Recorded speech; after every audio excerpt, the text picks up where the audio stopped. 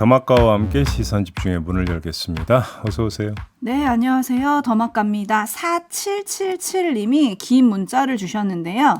김종배 선생님, 저는 자칭 시선 집중 유튜브 생방 열혈 시청자입니다. 오늘은 저의 세 번째 20살 되는 날입니다. 예. 계산되시죠? 네. 이제 네 번째 20살 시작점에 서서 신발끈을 단단히 메고 시작하려 합니다. 선생님께서 해주시는 축하한다는 말을 듣고 싶어서 시선 집중 시간이 기다려지네요. 제 이름은 강현영입니다. 강현영 선생님. 인생은 60부터라고 합니다. 그렇지 않습니까? 이제 달릴 일만 남으셨습니다. 화이팅 하시기 바랍니다. 네, 그러면서 뒤에 이런 얘기도 붙여주셨어요. 작년 12월에 희귀암을 수술하고 지금은 주사 치료 중인데 네 번째 20살까지 건강하게 살아있다면 그때 시선 집중으로 문자 보내고 싶어요. 네. 라고 해주셨는데 네. 지금 제이비가 축하 인사를 전해주셨기 때문에 네, 오래오래 건강하실 것 같습니다. 건강하시기 바랍니다. 네, 계속 함께 해주시고요. 네. 가끔 인사 전해주시면 좋겠습니다. 네. 그리고 우산님이 눈이 일찍 떠져서 모처럼 유튜브 시선 집중 시청 대기하면서 출근 준비 중입니다. 우연히 일찍 깨서 들으셨다 이런 말씀이십니까? 얼마나 다행이에요. 알람 맞춰놓으세요.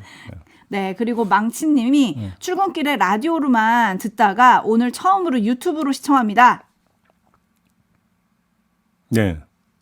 라고 보내주셨다고요? 망치님이. 네. 망치님이? 네. 왜 망치실까 근데? 네. 그러게요. 아이디가 약간 정겨우면서도 무섭기도 하고. 그리고 단골 촌철님이신데요. 대전 고수님이 요즘 본물 쏟아지듯 너무 뉴스가 많아서 JB타임즈 준비하기 힘드시죠? JB 참 극한 직업이십니다. 네. 그러니까 뭐 육체가 힘든 것보다는 정신이 힘들죠. 아니 이건 그냥 엄살이 아니라 이렇게 뉴스 세계에 파묻혀 있다 보면 정신적 스트레스가 솔직히 좀 많이 심해요. 맞아요. 예. 그래서 중간중간에 이제 환기가 필요한데 이제 환기가 안 되면 스트레스가 누적이 되죠. 아마 이제 거의 지금과 저 같은 경우도 임계점에 와 있는 것 같습니다. 어떡하지? 네. 그래서 추석 연휴가 빨리 와라 빨리 와라. 손꼽아 기다리고 계십니다. 네, 이러면 조금은 좀 약간 느슨하게 가도 되지 않을까.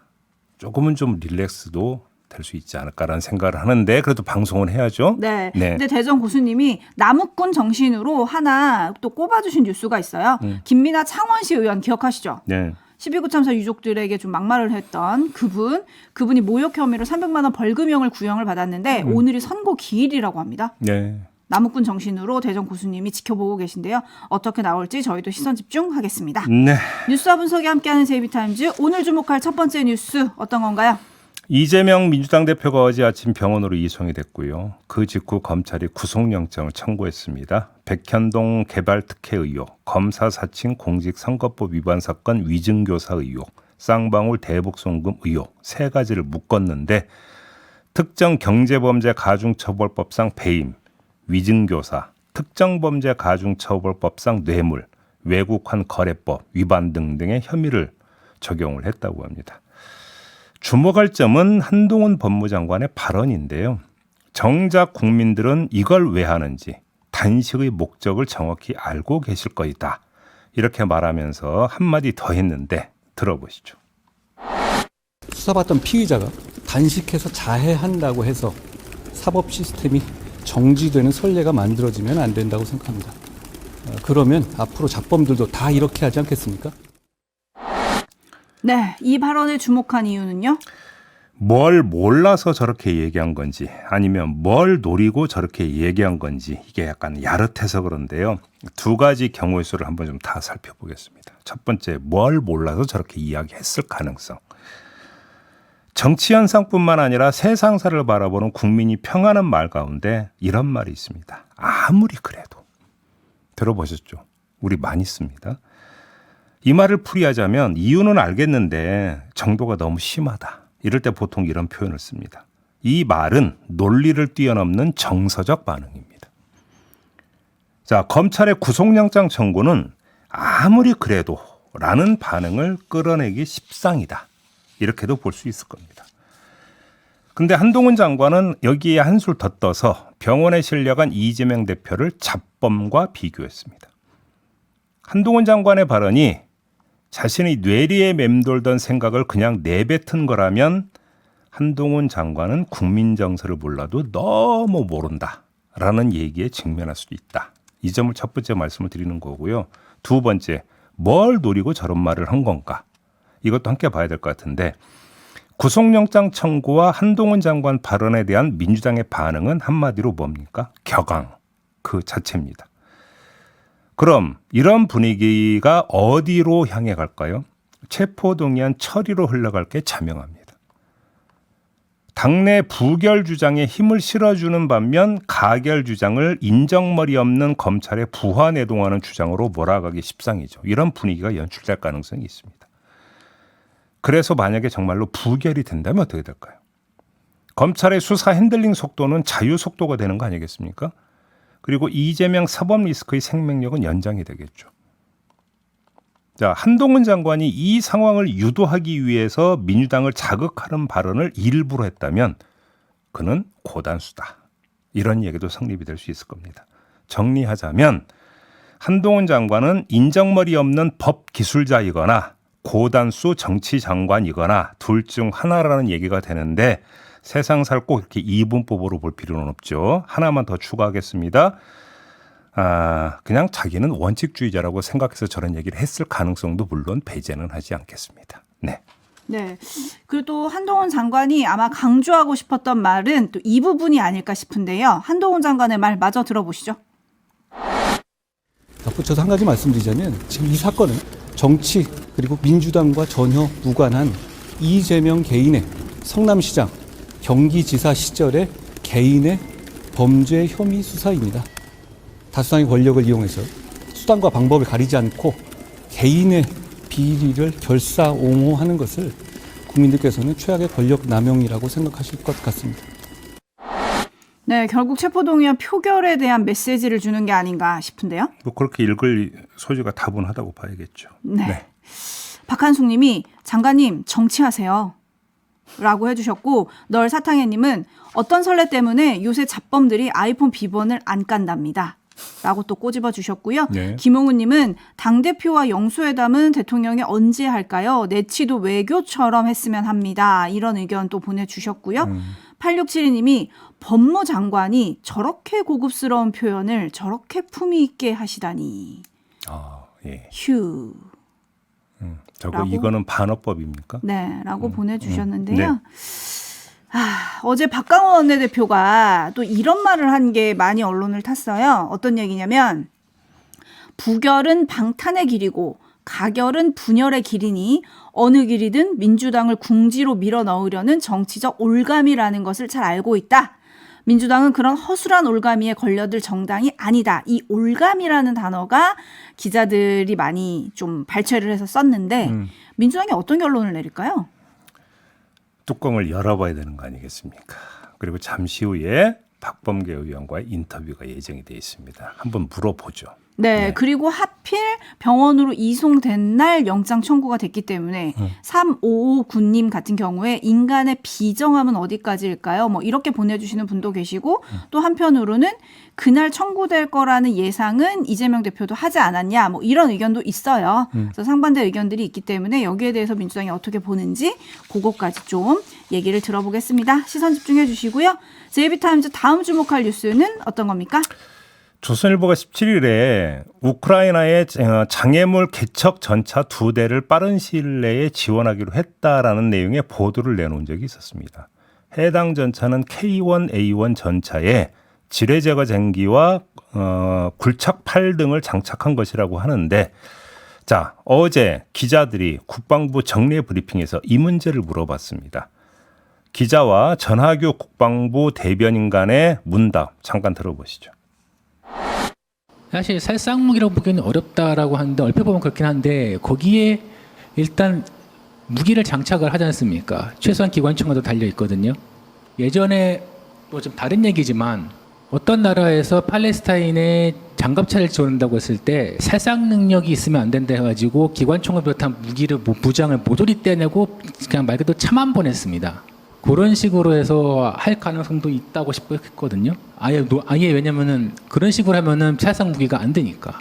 네, 물론 이제 살상 무기, 비살상 무기의 구분 또는 공격용 무기, 방어용 무기의 구분 뭐 이런 것들이 좀 복잡하고 명확히 구분이 되지는 않을 수 있겠지만 하여튼 살상 무기를 우크라이나에 지원하지 않는다 하는 정부 방침에 현재까지 변화는 없습니다. 살상 무기, 비살상 무기의 구분이 명확하지는 않지만 현재까지는 살상 무기를 지원하지 않는다는 방침에는 변화가 없다. 이게 무슨 말이죠? 제가 되묻고 싶은 말인데요. 전하규 대변인의 화법은 뱀이 자기 꼬리를 물고 있는 화법입니다. 뒷말이 앞말을 부정하고 있기 때문인 거죠. 살상과 비상상을 구분하기는 어렵지만 아무튼 살상이 아니다. 뭐 대충 이런 주장 아니겠습니까? 근데 논리 아닌 논리는 사실 이게 처음이 아닌 것 같습니다. 그건 또 무슨 말입니까? 자, 우리가 포탄을 지원했다는 보도가 나온 바가 있었습니다. 헌데 우크라이나에 직접 지원한 건 아니다. 왜? 미국에 빌려줬으므로. 그 포탄이 결국 우크라이나에 갔다 하더라도 우리는 직접 지원을 한 게 아니다. 이런 논리였지 않습니까? 뭐 사실 이 논리와 전하규 대변인의 논리는 비슷한 구석이 있습니다. 어떤 점에서? 우리가 아니라면 아닌 거다.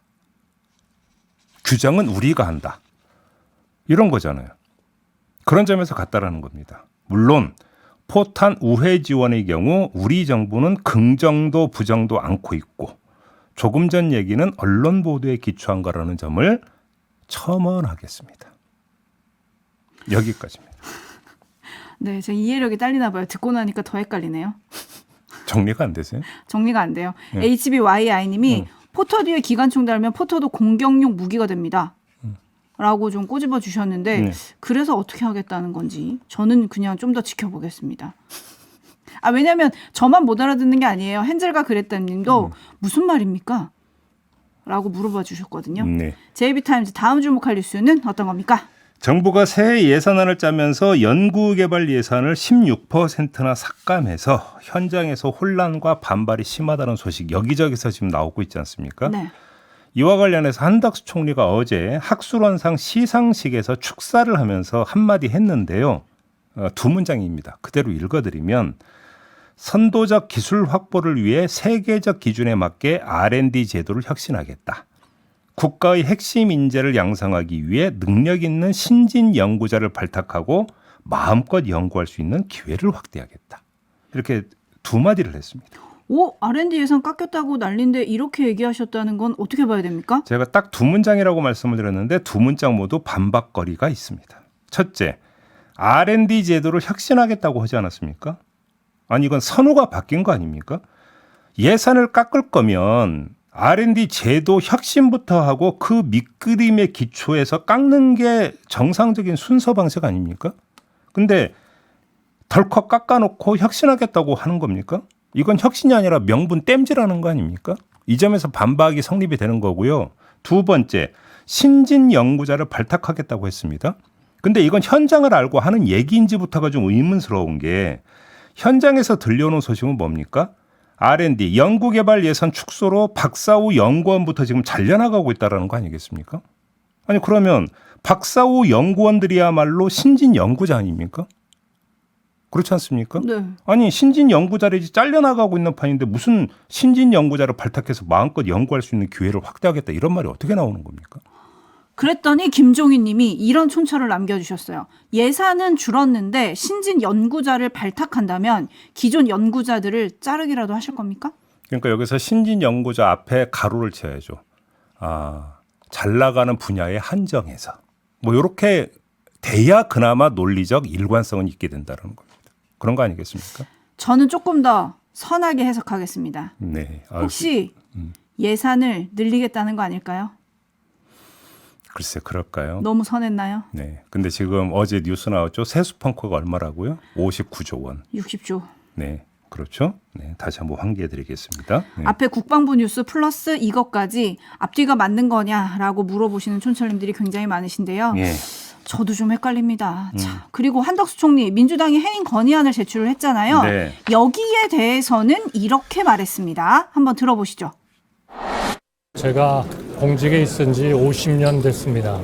항상 우리 국민을 어떻게 더 잘 살 수 있게 할지 하는 그런 초심의 마음을 가지고 일해왔고 또 앞으로도 그렇게 하겠습니다. 네. 뭐 이거에 대해서는 그 짧게 한 말씀만 드리면 어제 저는 총리 해임 건의안 제출에 대해서 뻥축구라고 평한 바가 있습니다. 그러면 뻥축구에 임하는 골키퍼의 자세는 어떤 것이 되어야 되겠습니까? 그냥 골문에 딱 버티고 서 있으면 되는 겁니다. 그냥 그 말로 이해하겠습니다. 근데 저는 어쨌든 국민을 어떻게 더 잘 살 수 있게 할지 소신의 마음을 가지고 이래갖고 앞으로도 그렇게 하겠다고 하시니까요. 지금 R&D 예산 깎인 것 때문에 난리가 났잖아요. 네. 그럼 여기를 좀 살펴보셔라. 그리고 본인이 한 말을 좀 생각하셔라. 네. 이런 말씀 보태드리겠습니다. 그리고 헬레나 님이 내년 예산 관련도 시선 집중해서 다뤄주세요라고 하셨는데 저희가 가장 선도적으로 다뤘습니다. 저희 열심히 했습니다. 예. 못 들으셨나 본데요. 예, 유튜브에서 우이독경 시즌2. 우이독경이라 죄송합니다. 네, 정경유착. 정경유착. 네. 영혼의 경제학자 우석진 교수님과 함께하는 코너 클릭하셔서 보시면 됩니다. 2번 연속으로 아주 심도 있게 다뤘습니다. 네. 네. 뉴스와 분석이 함께하는 JB타임즈 다음 주목할 뉴스는 어떤 겁니까?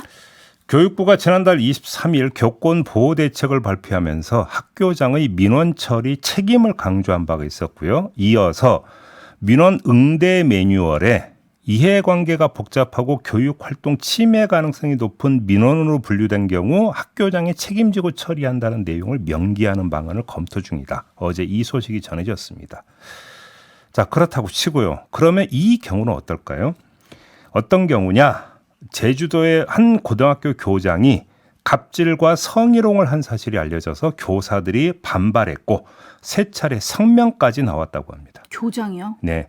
그리고 이 학교 전체 교직원 104명 가운데 67명이 교장 징계 촉구 연서명에 참여하기도 했다고 합니다. 그런데 도교육청은 조사 중이라고만 대답을 하고 있다고 합니다. 이 때문에 교장은 버젓이 학교에 출근하고 있다고 합니다. 자, 여기서 점검 포인트 하나가 나오는데요. 징계 여부 이전에 왜 분리 조치가 이루어지지 않느냐라는 점입니다. 교장이 출근하는 걸 보고 한 학생이 교사에게 이렇게 물었다고 합니다. 교장 선생님이 왜 학교에 나와요? 라고 선생님한테 물어봤는데 선생님이 대답을 제대로 할 수 있었겠습니까? 근데 이 학생이 이렇게 물어본 이유가 뭐겠습니까? 학폭을 저지른 학생 분리조치되지 않습니까? 학생 학대했다고 신고당한 교사 분리조치되지 않습니까? 이러는 판에 왜 교장은 버젓이 출근하는 거냐라고 하는 질문 아니겠습니까? 교장은 학교의 최종 최고 책임자이자 관리자입니다. 그래서 교장이 마음먹고 걸치자면 어디에도 걸칠 수 있는 사람입니다. 따라서 분리조치라고 하는 어떤 이 제도의 취지에 따르면 가장 먼저 분리돼야 되는 사람은 교장 아닙니까? 그렇죠. 근데 버젓이 출근하고 있다는 거 아니겠습니까? 이걸 누가 납득하겠습니까? 학생들도 지금 납득 못하고 있다는 거 아니겠습니까? 그러니까요. 황소뭉치님이 감사원 감사는 누가 합니까? 하고 똑같은데요. 교장 감시는 누가 합니까? 라고 보내주셨고요. 가는 날이 곰팡이님은 알아서 그만두고 처벌 받아야죠. 라고 해주셨고 데이지님 학교장이 처리 이건 아닌 것 같습니다. 라고 해주셨는데 학교 위에 교육청이 있잖아요. 좀 발빠르게 조치를 해야 하는 거 아닌가요? 그러니까 그 징계를 하려면 조사를 해야 되죠. 조사하지 말라는 얘기 아니잖아요. 네. 자, 근데 왜 그러면 그 조사 결과 징계가 결정이 내려지기 전에도 일단 우선 분리 조치를 하잖아요. 그래서 그걸 왜 안 하느냐를 일단 묻는 거고 두 번째, 뭘 조사 이렇게 오래 걸립니까? 아니 절대 다수의 교사들이 지금 뭐 연서명까지 하고 있다면 지금 다수의 어떤 목격사가 있다라는 이야기로도 연결이 될 수 있는 겁니다. 그렇죠. 다수의 증인이 있다는 거 아니겠습니까? 근데 뭘 조사하는데 이렇게 오래 걸리는 겁니까? 그래서 이 조사 의지가 있는 거냐라고 하는 얘기로 연결이 되는 거 아니겠습니까? 그렇죠. 교육청이 이렇게 하면 되는 거겠습니까? 네? 지금 교육부에서는 교장이 책임지고 하라. 민원 발생하면. 근데 교장 때문에 발생한 민원이 이렇게 처리가 돼버리면 누가 납득을 하겠느냐는 얘기입니다. 참, 여기에도 사각지대가 있을 줄이야. 이거 빨리 해결을 좀 해야 될 것 같고요. 토토로님이 이렇게 어른들이 기본도 안 지키니 아이들도 이해가 안 되는 거 아니겠습니까? 아니, 저는 그래서 그 아까 학생 그 질문 받았다는 선생님이 도대체 무슨 대답을 했을지가 정말 궁금한데 대답이 됐겠느냐라는. 말문이 막혔을 것 같은데요. 학생이 뭘 보고 배우냐 이런 얘기 많이 하잖아요. 그냥 이 말만 마지막으로 하겠습니다. 학생들이 지켜보고 있습니다. 마무리할까요? 네. 네. 더마카 수고하셨습니다. 고맙습니다.